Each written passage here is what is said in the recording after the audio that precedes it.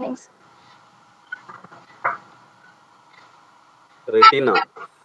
Uh, you are well acquainted with the anatomy of the retina, but quickly to go through just here it is the optic disc. You can see the retinal artery and veins. They are dichotomally branching. Here it is a schematic picture of the retina is being presented. You can see peripherally there is ora serrata.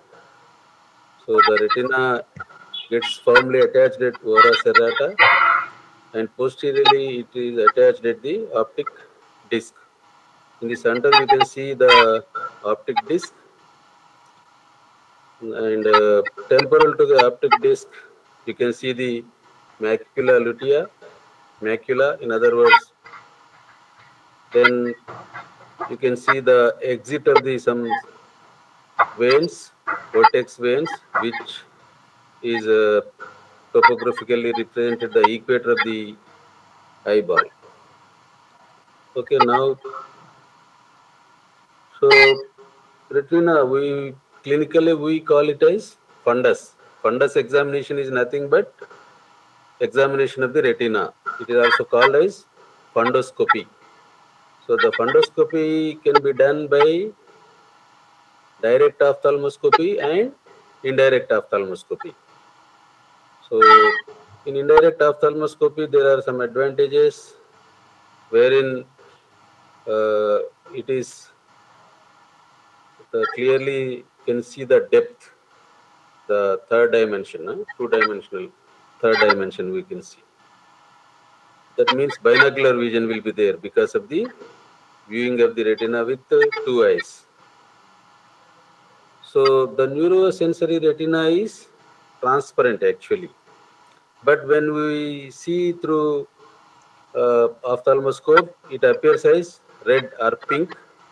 The color of the retina, what we see in fundoscopy is due to the uh, vascular choroid. The choroid, the vasculature of the choroid gives that color.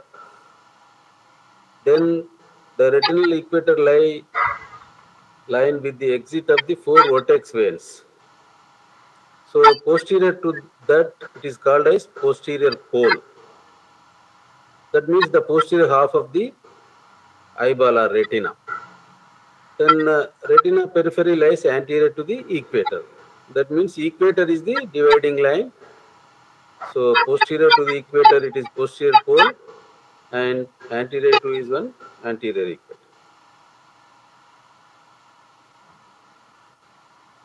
So this is the visually it is very important. You know it pretty well. When the image is formed on the retina, the visual impulses or electrical impulses are generated and transmitted to the brain via optic nerve, optic tract, lateral geniculate body, midbrain, and the area represented for the vision is occipital cortex. The calcarean fissure is there, you know. So the on either side of the calcarean fissure, the vision centers are there. So that's how the image is converted into electrical impulses and is transmitted to the visual area. So the area of the macula lutea is around 5.5 millimeters in diameter. It is rich in cones, two disc diameters temporal to the optic disc. The location of the macula lutea is temporal to the optic disc.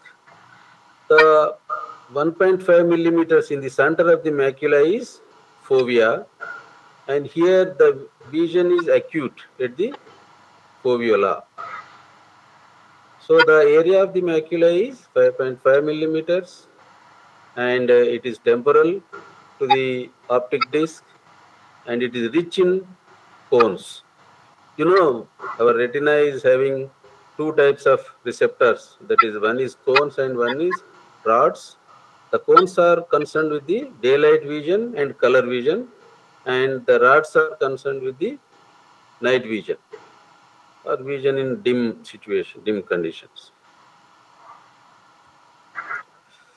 So what are the blood circulation or vessels in the retina? They are derived from the central artery and vein. The vessels divide into two branches near the surface of the disc to form superior and inferior trunk. Then each trunk divides into two. One of them sweeps towards the temporal side and the other one is towards the nasal side. So we call it as superior temporal or superior nasal, inferior temporal and inferior nasal. So that's how these divide dichotomously into innumerable branches.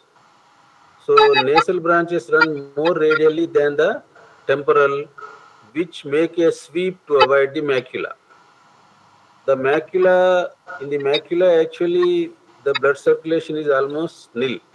The two vessels, temporal vessels, upper temporal and superior temporal and inferior temporal, they sweep around the macula, but not the presence of vessels in the macula is not seen. There is no anastomosis between these vessels. The arteries are bright, red and narrower. The arteries, how to recognize the arteries in the fundoscopy is, the arteries are bright, red and narrow, whereas veins are a little purplish and convoluted.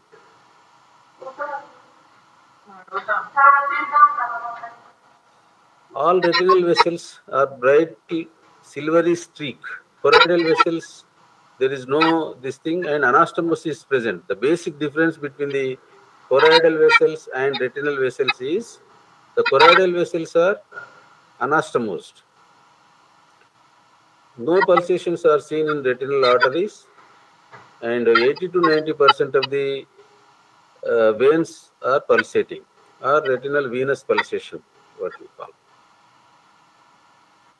So macula is supplied by twigs from the superior and inferior temporal arteries and by small branches coming straight from the disc.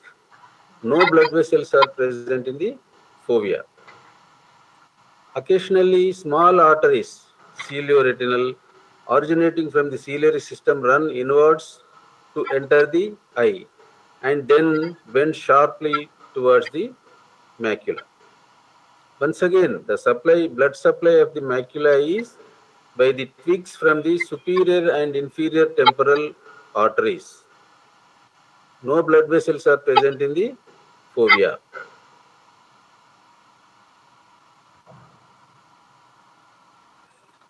So the retinal vessels are derived from central artery and vein. The vessels divide into two branches near the surface of the disc to form inferior and superior trunk.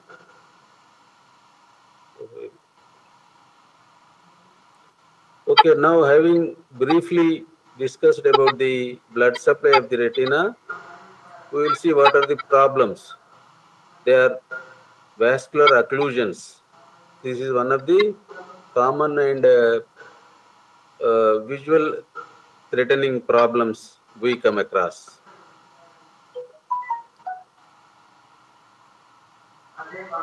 So vascular occlusions can be obstruction. So the obstruction again can be complete or partial and temporary or permanent. So the obstruction may be either it can occur in arteries or veins. So the vascular occlusion can be of arteries or veins, and the obstruction can be complete or partial or temporary and permanent, you can see. So retinal artery occlusion. So it can be classified into branch retinal artery occlusion, central retinal artery occlusion, cilioretinal artery occlusion. Three terms are there if you observe. The central retinal artery occlusion is most catastrophic, you can say. the patient will lose complete vision if central CRAO, short form is CRAO, central retinal artery occlusion. If it occurs, there is possibility of losing the vision. Branch retinal means branch of the arteries, superior temporal, inferior temporal, anywhere. Some of the branch can be occluded, and sometimes cilio-retinal artery is also occluded. So what are the causes of occlusion? The main causes of the occlusion are atherosclerosis related thrombosis. Because of the age factor, atherosclerosis. So that is the main cause for the formation of thrombosis. Or carotid embolism. The embolisms may come from carotid artery. Then giant cell arteritis. It is an inflammatory type process because of the vasculitis, obstruction can occur.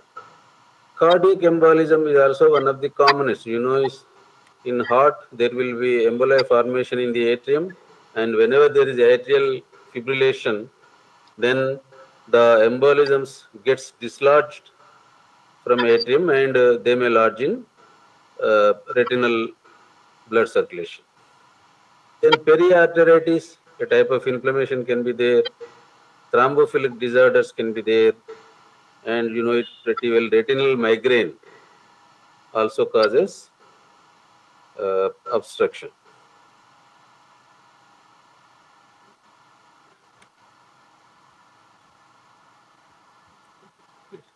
Madam, not moving.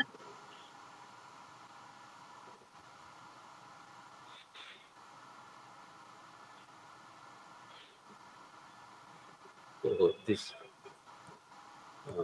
No, sorry. So causes we have discussed. It can be atherosclerosis, carotid or cardiac embolisms, or inflammatory process like giant cell arteritis, or retinal migraine is also a cause. Here it is shown the cholesterol blocking calcific baths and fibrinoplatelet branches. Something is not clear. Okay, now here you can see this is BRAO, that is branch retinal artery occlusion. So you can see the pale area, some one quadrant, certain area is pale because of the branch retinal occlusion. The rest of the fundus is pink or red, pinkish in color, whereas a particular area is pale and white. You can see that is the area where the supply of that branch retinal artery takes place. So that is the area is now deprived of blood circulation. So it is pale. So it can be embolism.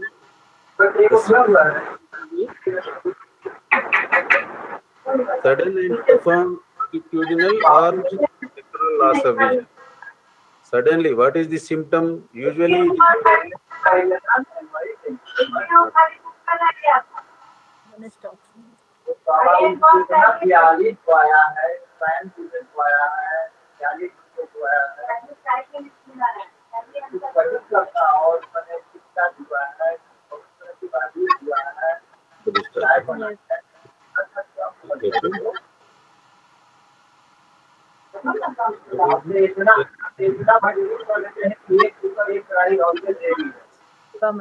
Sushmita Utakar. Muted. Removed it. That's okay.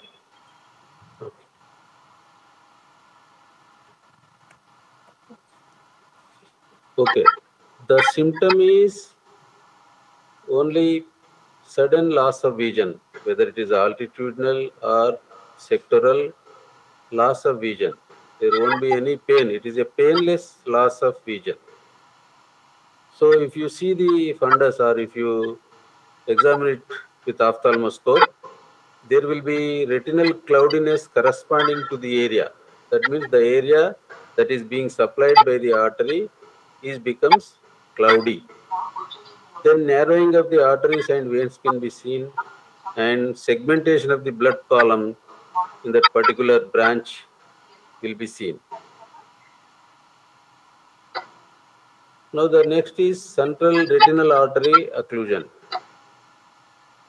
Here it is also because of the atherosclerosis.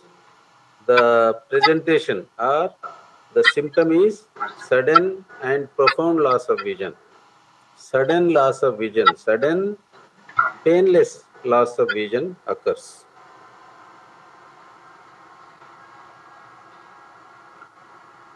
So visual impairment is profound. So ciliary artery, that bundle vision is preserved where the ciliary artery is supplied. Then afferent pupillary defect will be there. Afferent pupillary defect, APD. So if you see this is the fundus picture. You can see the whole fundus is pale. All the vasculature is narrowed. Arteries are narrowed. And you can see the cherry red spot. That is the typical name being given for CRAO. Because of the thin fovea, the vasculature behind it, that is the choroid vasculature, is being visible in that particular area, that is in fovea area. So that is visualized as red spot, whereas the rest of the fundus is pale. So that is being called as cherry red spot.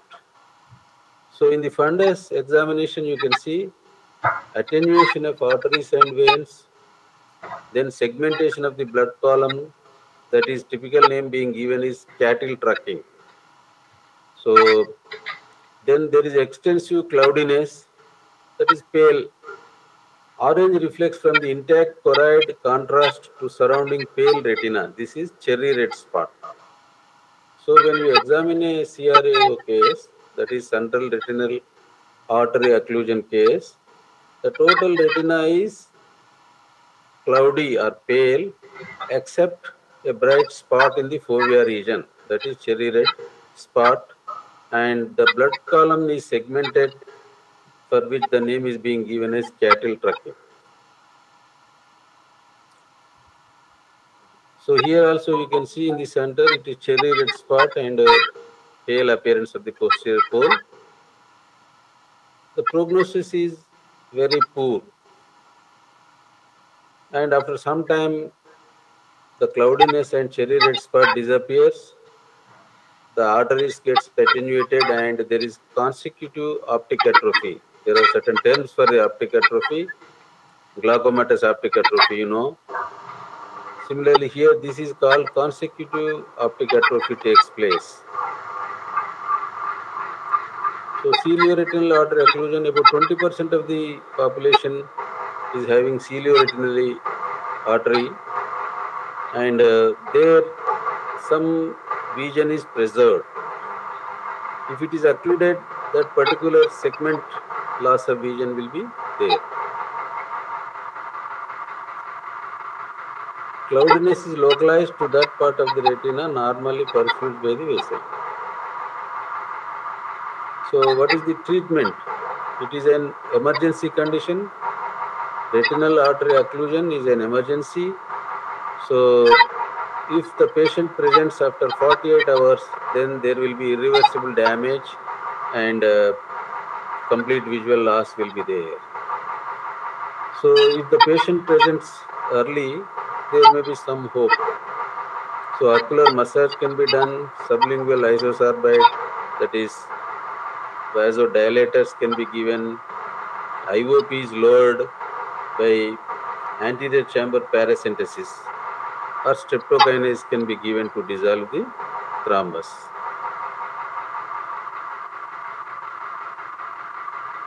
So this is venous occlusion pictures. This is retinal artery occlusion.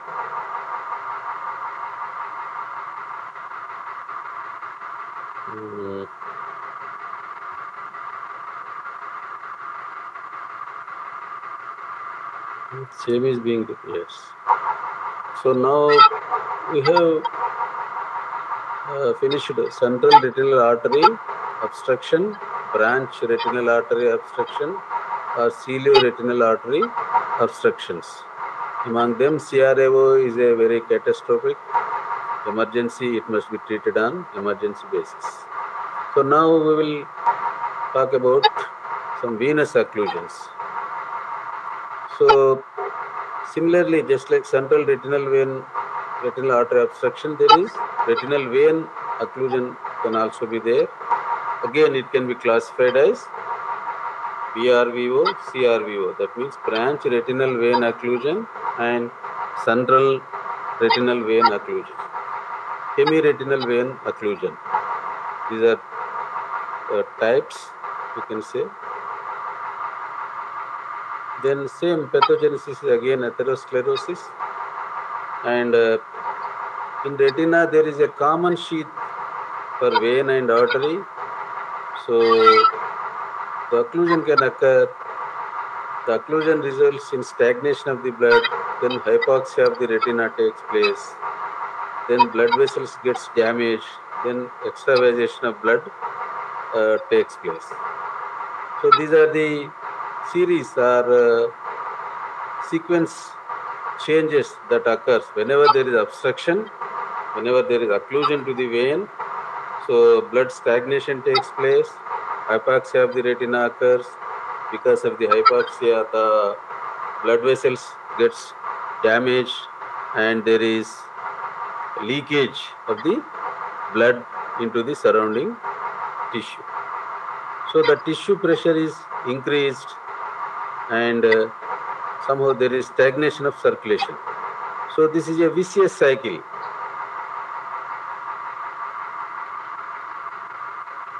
So the risk factors for central venous obstruction is advancing age, hypertension, hyperlipidemia, diabetes, smoking, obesity, and raised intraocular pressure.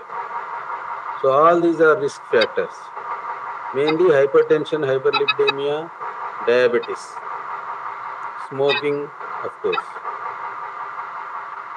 Then some uncommon risk factors are myeloproliferative disorders, inflammatory disorders, hyperviscosity of the blood, and hypercoagulable states, whether they are acquired or inherited. Ladies using oral contraceptive pills may have a little risk.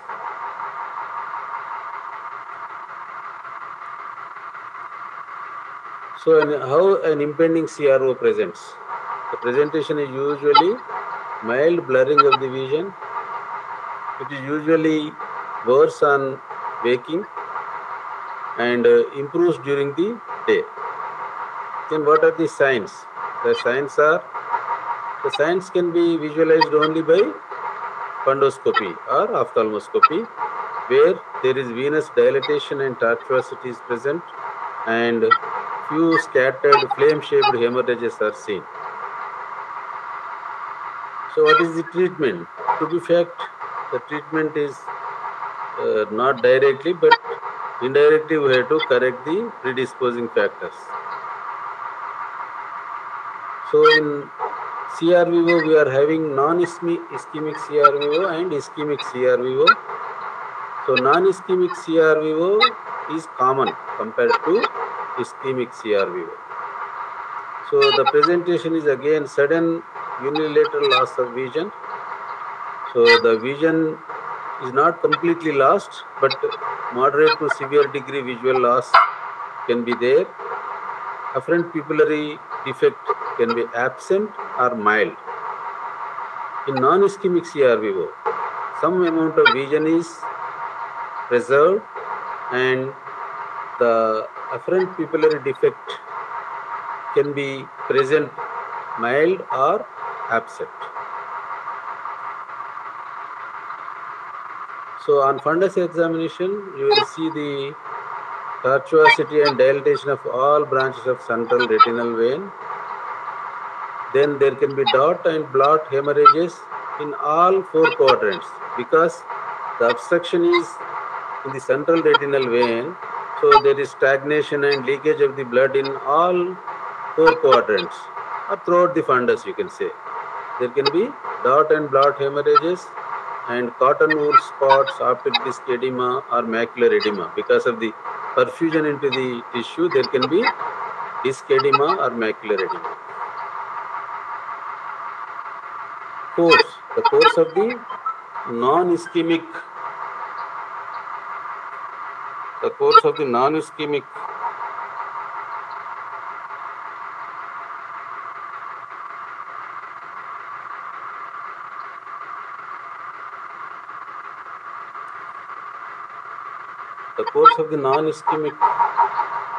central retinal venous occlusion usually takes, it resolves within 6 to 12 months. That means the results, it can be converted into ischemic CRVO or complete vision also can be restored. Overall, the prognosis in non-ischemic variety, the prognosis is good.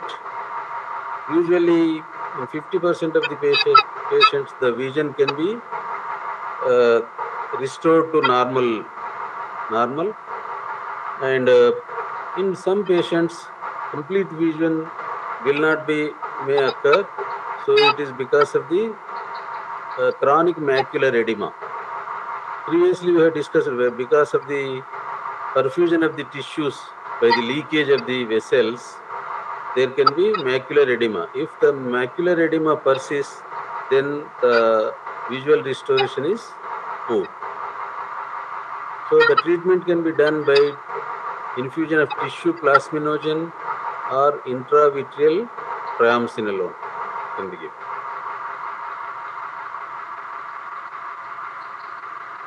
So ischemic CRVO. Now I told you one is non-ischemic variety and the other is ischemic variety. The non-ischemic is comparatively the prognosis is good. In ischemic CRVO, there is rapid onset of venous obstruction resulting in profound vascular leakage, and finally it results in rubeosis iridis or neovascular glaucoma. The neovascular glaucoma is the common consequence of ischemic CRVO, which results in a complete blindness. The painful glaucoma where the pressures are high and it is not amenable to treatment, and that's how the natural history of CRVO goes. So in the diagnosis, you can say the presentation is sudden visual impairment. APD is marked compared to non-ischemic variety. In ischemic variety, the afferent pupillary defect is marked.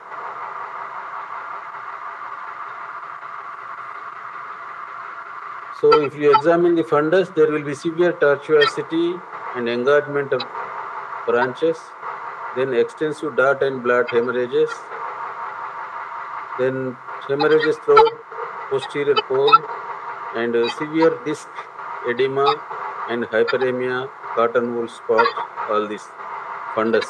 The picture of the fundus is like that. Usually it results in 9 to 12 months, but the prognosis is poor. It may result in vascular ischemia.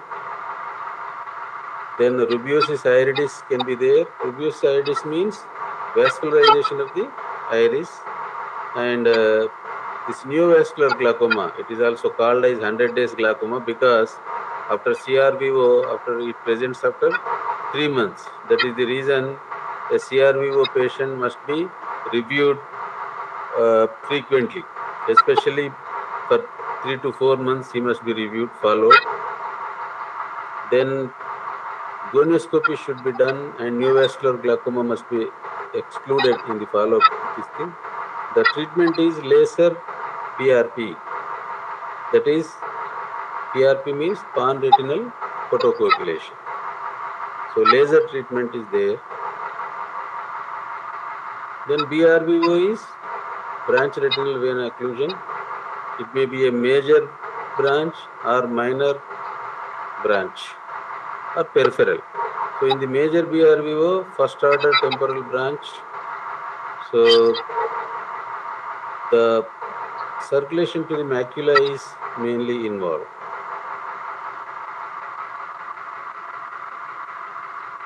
So presentation depends on the amount of macular drainage compromised by the occlusion. So you can see in the given picture, there is dot and blot hemorrhages confined to certain area. That means the vein belonging to that area is being occluded. So there can be blurred vision, field defects can be there, or it can be asymptomatic sometimes.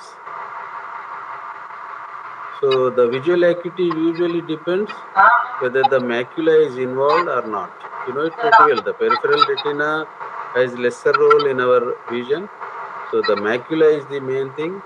So visual acuity almost depends on macular involvement. If the macula is involved, then the outcome is poor. So fundus, you can see dilatation and tortuosity we heading. Then dot and blot hemorrhages, cotton wool spots can be there. So same course is again 6 to 12 months.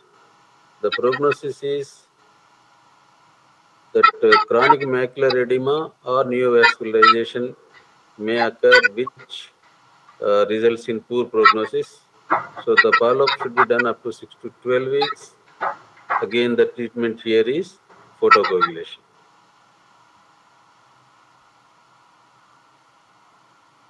So we have discussed the central retinal artery obstruction, branch retinal artery obstructions, then central retinal venous obstruction, similarly branch retinal venous obstruction. Then one more important problem in the retina that we encounter is hypertensive retinopathy. If the patients are suffering from hypertension, then retina may also gets involved. That is called a hypertensive retinopathy. So the retinal changes that you see in hypertension retinopathy or hypertensive retinopathy is narrowing of the vessels is the main this thing, and the blood-brain barrier may be disrupted. There can be increased vascular permeability. Whenever there is increased vascular permeability, that means the blood or serum perfuses into the tissues and there can be edema. So this is a picture of severe hypertensive retinopathy where there is, you can see the narrowing of the arteries is visible. Here, of course, is not. So here you can see in the macular region that is called as macula star, and in the center you can see the disc is edematous. How do you identify the edematous disc? Here you can see there is the margins are blurred or the margins of the disc are not clear. That means there is optic disc edema and there is the macular star is there.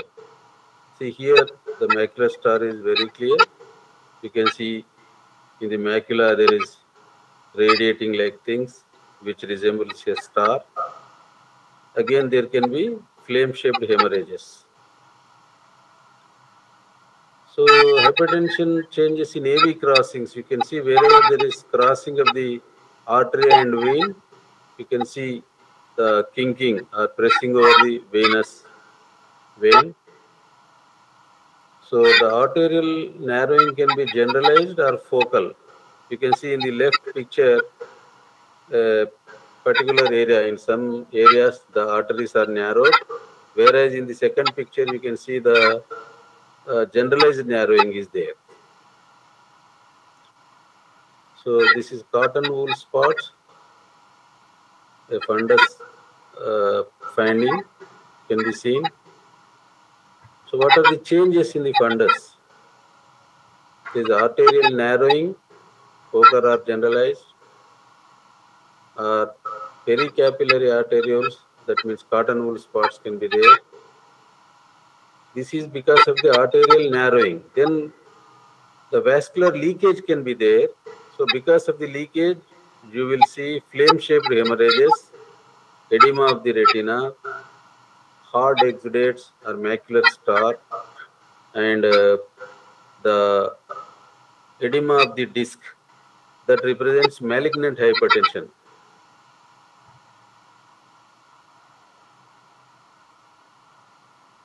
So the grading can be grade 1, subtle broadening, arterial light reflex is broadened. In mild, you can see arterial attenuation is there. Then there can be arterial light reflex can be seen. Grade 3 is the different names are fancy names are being given as copper wiring, then banking of the veins, bonnet sign, again tapering of the veins on either side of the crossings, that is called as gun sign, then right angle deflection of the veins. In grade 3, you can see all these changes. In grade 4, it is called as silver wiring, including the grade 3 changes. So what are the choroidal changes? It is acute hypertensive crisis can be there. So Elschnig spots can be seen. Segrest streaks can be seen. These are all fundus findings, of course. It's very difficult to explain. But so what are the associations and complications of hypertensive retinopathy? Because of the hypertensive retinopathy, there can be vein occlusion or artery occlusion. Artery aneurysms can be there. AION means anterior ischemic optic neuropathies can be there. Oculomotor nerve palsies can be there. Or if there is combined diabetes, that adversely may affect the diabetic retinopathy.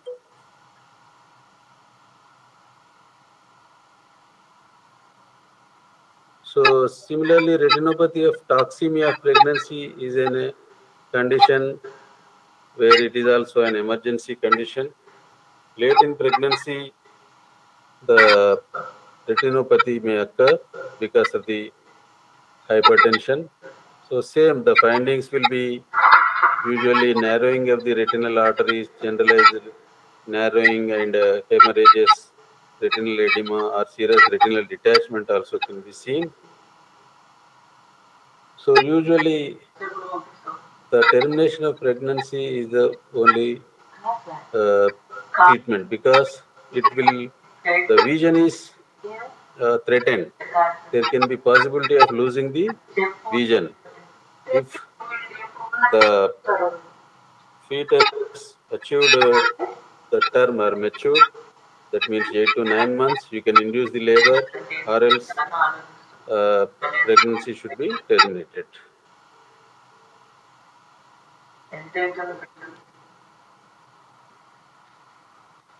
So one more condition is retinitis pigmentosa. It is also called night visual loss. ఇదేంటే కదా signal అది topic రాయడానికి get it మొన్న కూడా రాయలేదు నేను. So it is a degenerative process, usually occurs in childhood. It is hereditary most of the times. Usually it is bilateral, right? Blindness can occur after the middle or advancing age. That means in the 4th decade. Usually the patient will become blind in the 4th decade. Before that, usually his problem is difficulty for night vision. Both rods and cones are affected, but mainly it is the rods that are being affected. Then it starts at the equator and spreads anterior to posterior. So this is the typical picture of this thing. Then there is some pigmentary changes you can see. That bony spicules is the typical presentation of the retinitis pigmentosa. So here, especially in the middle picture, you can see that is called, they are bony spicules, nothing but the aggregation of the degenerated pigments. It will be clearly seen in the fundus or fundoscopy by fundoscopy. So degeneration of the rods takes place. There is concentric contraction of the visual field. That means finally it results in tubular vision. And sometimes it may be associated with glaucoma and keratoconus. So equatorial region is affected. The jet black spots or bony corpuscles are seen. Venous sheath of pigment. Okay, thank you. So the fundus is tessellated usually, and the pigment can be seen anterior to the blood vessels. So consecutive optic atrophy takes place in retinitis pigmentosa cases. There will be progressive optic atrophy. Both ERG, EOG are subnormal or extinguished. Then inflammatory process response is subnormal. So the differential diagnosis is congenital syphilis. It is genetically determined. Recessive traits is there. Sex-linked, in sex-linked one, the prognosis is poor. It may be associated with Lawrence-Moon-Beadle syndrome, Usher syndrome, and retinitis pigmentosa sign.